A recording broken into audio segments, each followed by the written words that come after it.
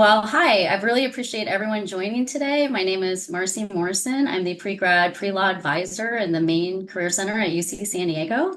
And I wanted to give a shout out. You can't see him right here because he's behind the scenes, but Camilo Londoño is a current PhD neuroscience student, and he's also a career peer educator and works with us here in the career center. So he does advising, helping students applying to grad school, helps us out with these events. So thanks so much for being here, Camilo. I really appreciate your help. And I really want to thank all of the panelists for being here. I really wanted to get a good representation of law, grad, STEM, and non-STEM. And I just appreciate all of you being here. And instead of me introducing you, I thought it would be more fun for the students to hear from you. So I want to start with you, Carmen, and have you introduce yourself. Great. Thank you, everyone. Thank you, Marcy. I'm happy to be here and excited to answer all of your questions. My name is Carmen Sue. I'm the Director of Admissions here at UCLA School of Law. I've been Director of Admissions. I've been at UCLA for almost 20 years, been doing admissions for 23 years. I am a UC alum, having graduated at UC Irvine, also attended Irvine Valley College, and went back east for law school at Syracuse Law and did a joint degree there, master's JDMA in sociology. So happy to be here. Thank you. Thanks, Carmen. Dunya? Hi, everyone. Happy to be here today. My name is Dunya Khoury. I've been with the Tepper School of Business for a little over 2 years now. I work primarily with our Masters in Management and our part-time Masters in Business Analytics programs, but also help out with full-time MSBA and our MBA programs. So really excited to talk to you all today. Thanks, Dunya. Emily? Hi everyone, my name's Emily. I work at University of Cambridge, so it's a real pleasure to be part of this panel. I work in the international student team, so me and my colleagues work with students from around the world who are considering coming to Cambridge for their undergraduate or postgraduate studies like you guys. I'm from the part of England that Cambridge is in, so if you have any kind of more specific questions, not just about the admissions process, but that part of England, then I would love to share that with you as well. Thanks, Emily. Marina? Hi, everyone. Happy to be here with you all today and with the colleagues. My name is Marina Bruce, Assistant Director of Admissions at the School of Global Policy and Strategy. I've been with UC San Diego for 31 years, 10 years with the Department of Athletics, 1 year with Scripps Institution of Oceanography, 1 year at Rady School of Management, and 1 year at Revelle College in undergrad. It's been a fun journey, and I am happy to share and impart with you my knowledge and experiences today. Thanks, Marina. Gert? Hi, everyone, and welcome to virtual UC San Diego. Yes, I'm a professor, Gert Cauwenberghs. I'm a professor of Bioengineering. This is in the Chien-Gene Department of Bioengineering here at UC San Diego. Also, I co-direct the Institute for Neural Computation. I'm also serving as the chair of admissions, graduate admissions here at UC San Diego in Bioengineering. And I'm happy to answer any questions you may have. Yeah. Thank you so much, Gert. All right. Well, I know Camilo you can't see him here, but we have collected questions that we find are asked a lot. And I know a lot of you do a lot of panels and probably hear a lot of the same questions, but these are things that students keep them up at night. So I thought that it would be good to hear directly from you, because a lot of times they'll say to me, what do you think? And I'll share what I think, but I always say it's always good to hear from an admissions officer's their opinion on these types of questions. So the first question I wanted to start out with is, how do I stand out with my application materials? And maybe we will go backwards this time. So Gert, I think I'll start with you first. So first of all, I guess in terms of, yes, I serve as the chair of admissions, so I see both sides of, I see your applications, I see even when you come here and visit us in the department. So we have and naturally you have questions like, how should I prepare my applications? What are the chances of admission? So it is important for you to present yourself the way you are. Of course, that's the main, gives a major part of all this, but give us all the information that we need to assess what would you be here as a graduate student, right? How would you do in your coursework to start? And more importantly, in research, how would you, right? What are your interests? What have you been good at? What are your aspirations? And the broader impact is extremely important too, right? So what kind of, right? So what keeps you up at night? Because what excites you?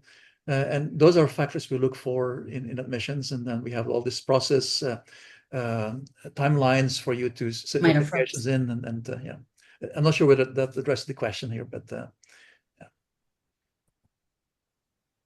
Thank you. All right. Am I frozen or am I okay? No, you're good. Okay, got it. Because my thing said it was unstable. So, okay, great. And Marina, thank you so much, Gert.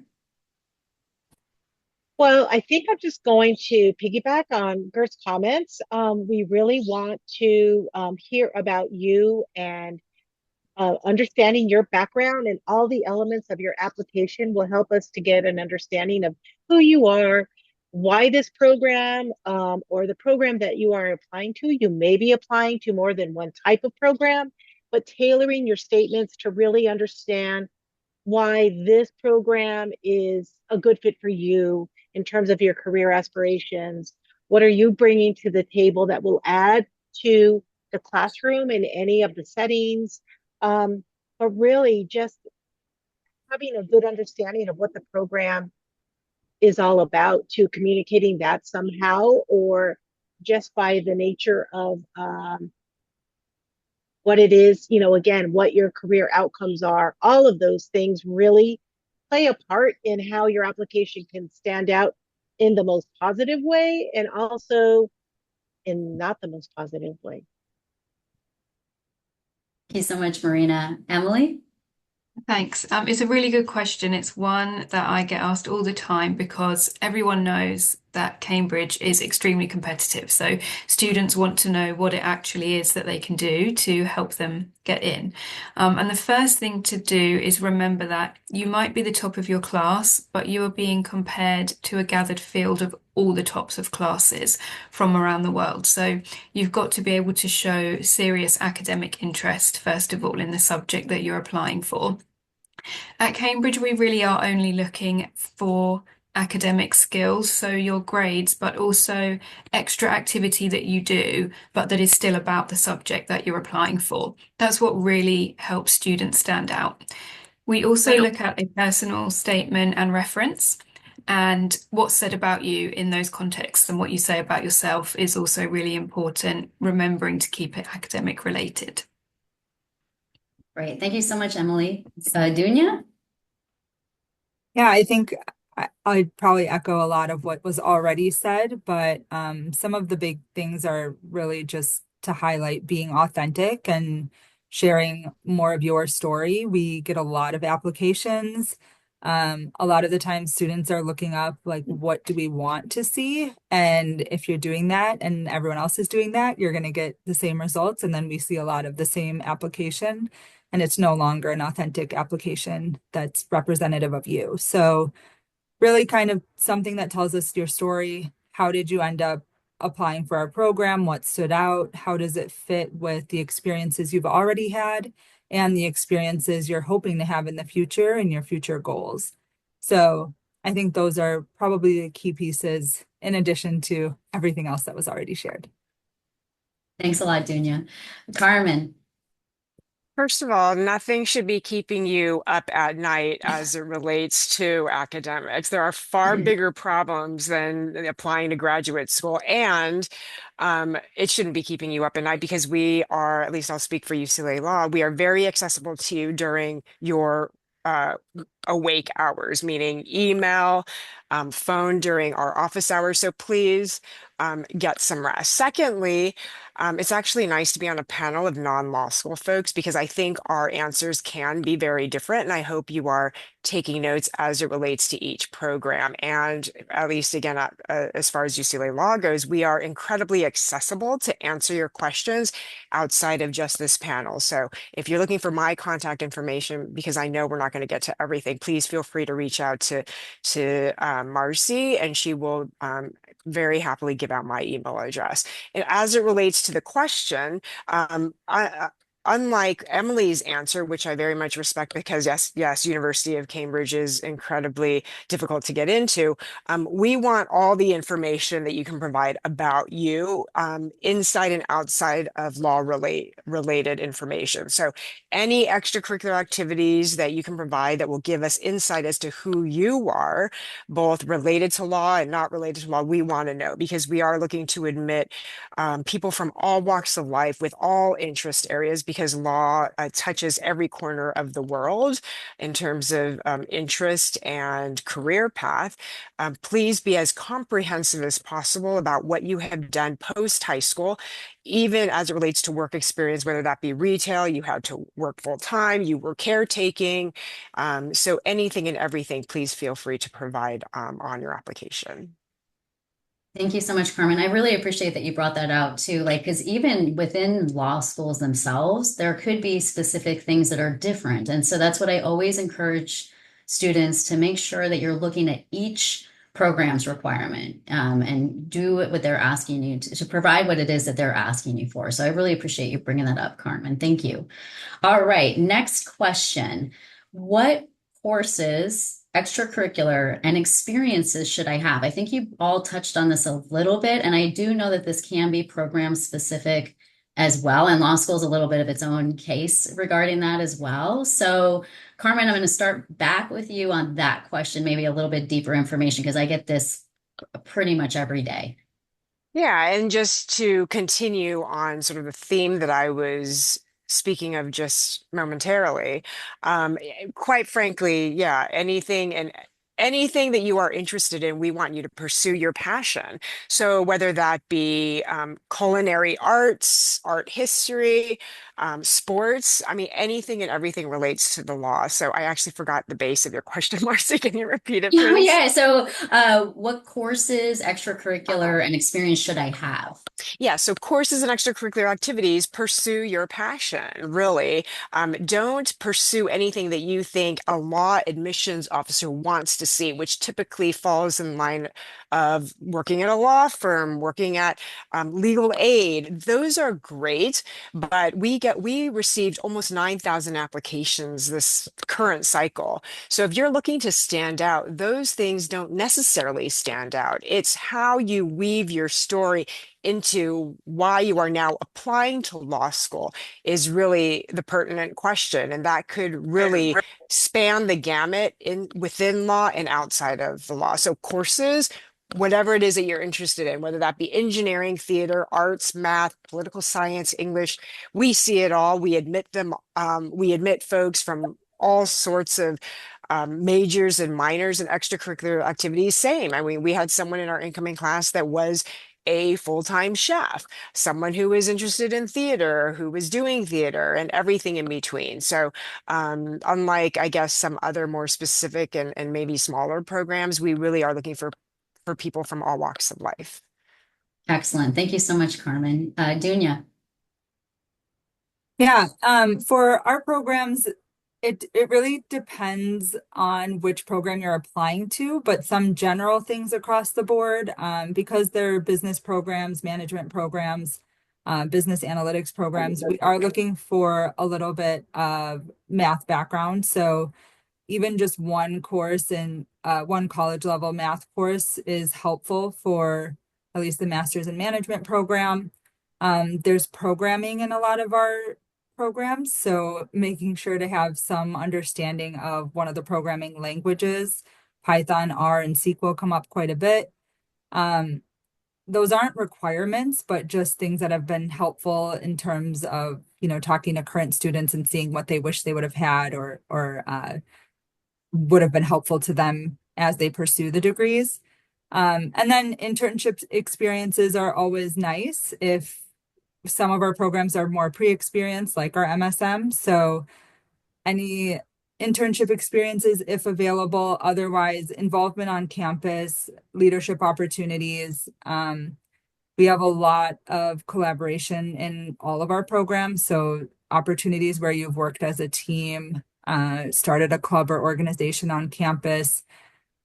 Those are kind of the big things I would say are really helpful in terms of what we're looking for and what we typically see on applications. Excellent. Thanks, Dunya. Emily? Thanks. So due to the nature of Cambridge, our entry requirements are quite specific to the program that you might want to apply for. So for example, for law, we really are looking at students who are within the 10% of their current law program, and that's what they need to be studying at their undergraduate, unless it's a really rare circumstance and they've still come out 10% highest in some legal work that they've done, for example. For some classes, like other arts and humanities, there is a bit more flexibility, and it might be asked that you have covered certain topics in your bachelor program that would relate to the postgraduate program you want to apply for.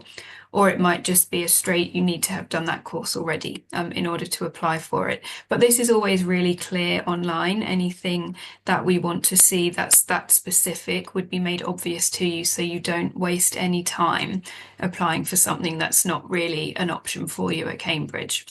Otherwise, in some cases, internships, depending on the course, might be relevant, and anything additional that you do outside of your studies to kind of broaden your awareness of that subject area is really beneficial. Great. Thank you so much, Emily. Marina? All of the above, everybody. So if you're still an undergrad and you have space and bandwidth to complete elective coursework that's maybe outside of your discipline, challenge yourself, perhaps take classes that are also of interest to you. This helps you to understand who you are as a person, who you are as an evolving student, and helps to kind of prepare you for, well, it does help prepare you for life, because again, every class that you take that's outside of maybe what your discipline is, you might discover that you have an interest and or passion for another area. So taking coursework that can, help, that it helps you in any way. If you've already completed your degree, there's not a whole lot what you can do is continue to take coursework that is of interest to you or the field that you're hoping to embark upon. But really, it's just all about thinking how to impress, unless you're going to University of Cambridge or planning to go to University of Cambridge, where it is very specific. You just heard from 2 other programs where you don't have to have a completely related academic background to be considered for admission into the program. Same way for the School of Global Policy and Strategy.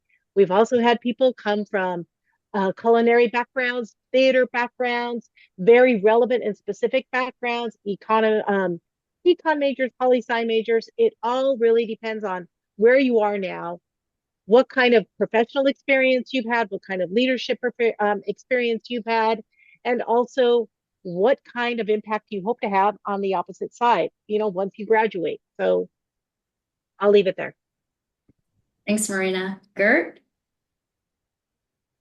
We have several programs here, graduate programs in bioengineering, and we should distinguish those, of course. The PhD program is the most competitive, and there we look for proven excellence in coursework, but also in research experiences.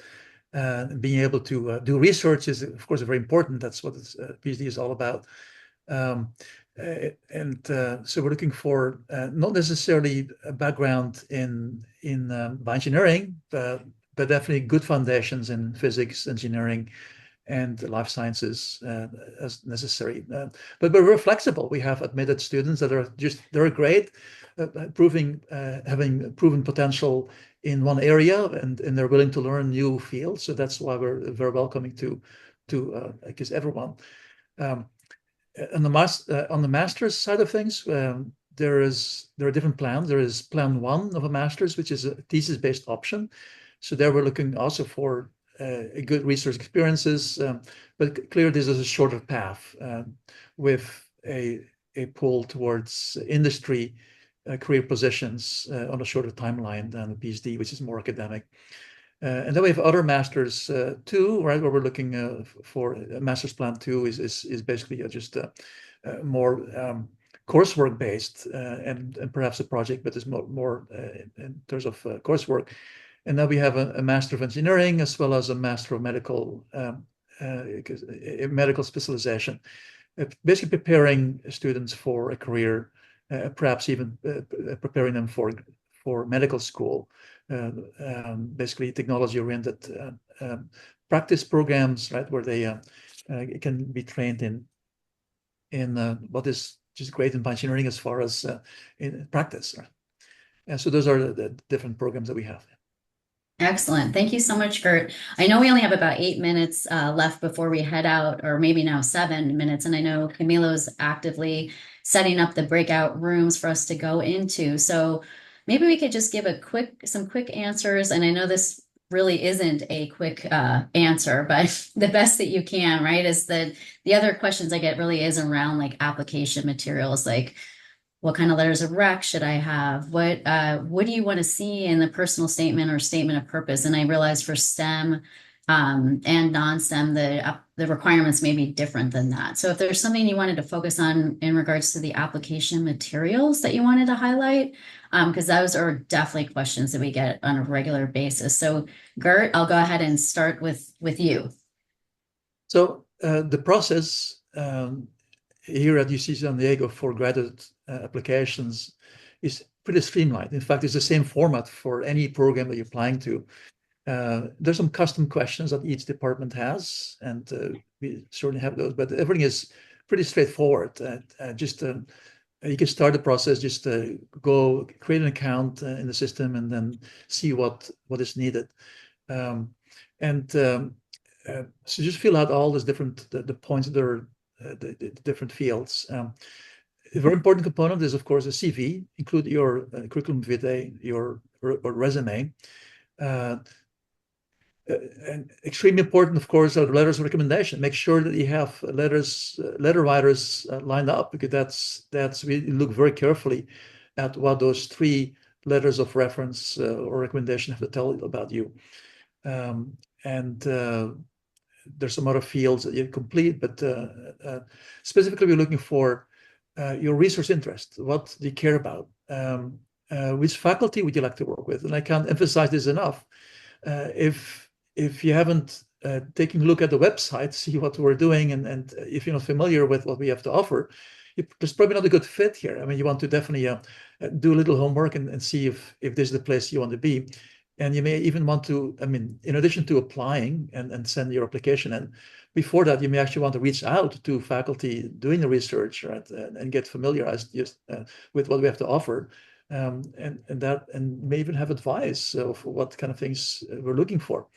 And so just highlight that in your application, in your statement, right, of purpose, what you want to do here, what excites you here, and because the applications are routed to faculty that you express interest in, and so they will comment on this is this a good fit to our department and to our research programs. So it is extremely important. I think that's the most important part, is actually making sure you get a good fit with the department as far as the faculty doing the research.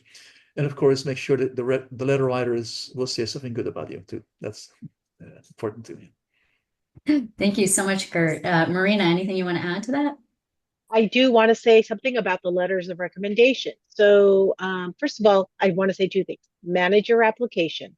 So from the time you begin your application on the application portal, you have every ability to review what items, what letters have been received, what test scores, if any are required, have been received.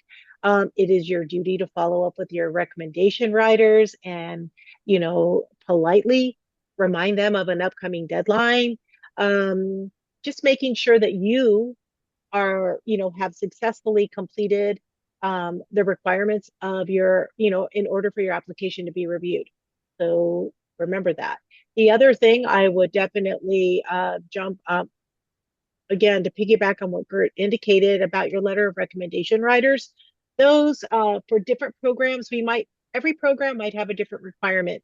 For example, our school is looking for letters from an academic as well as professional source.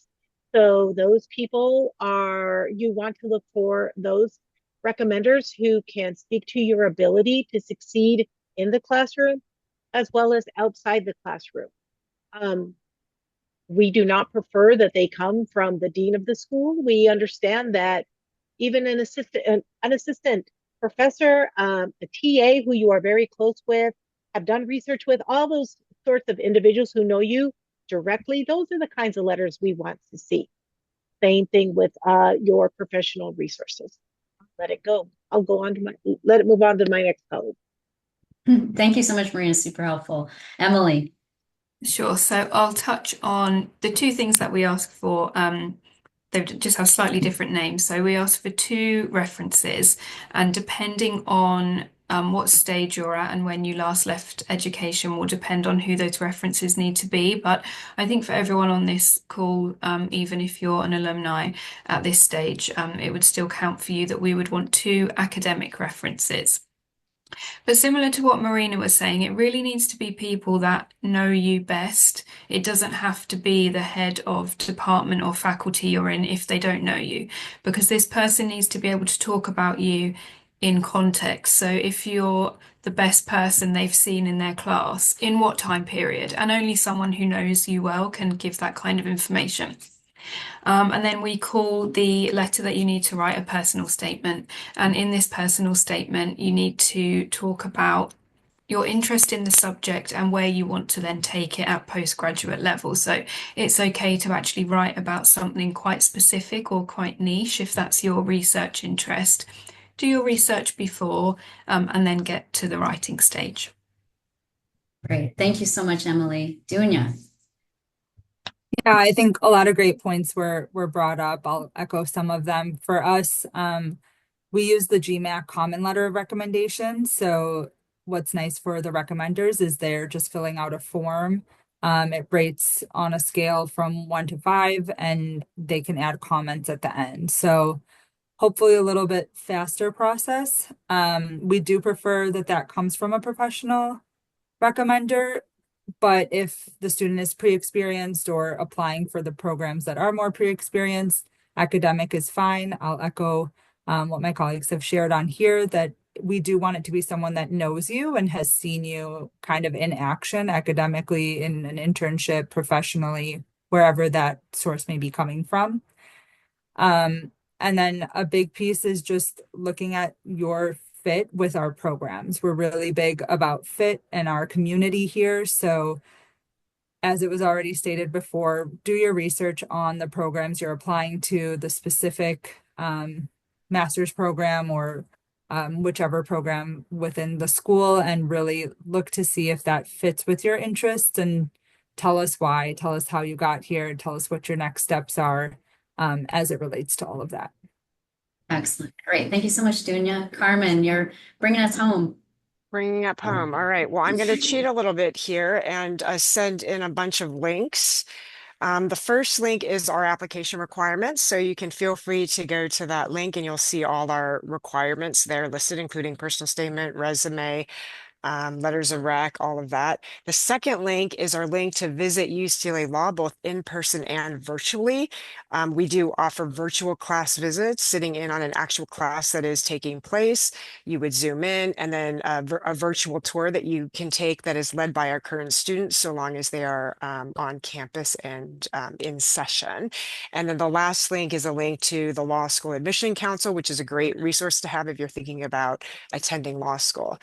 two simple takeaways for UCLA law in regards to letters of recommendation. Very consistent theme, as my colleagues have spoken about. The substance is much more important than who is writing the letter.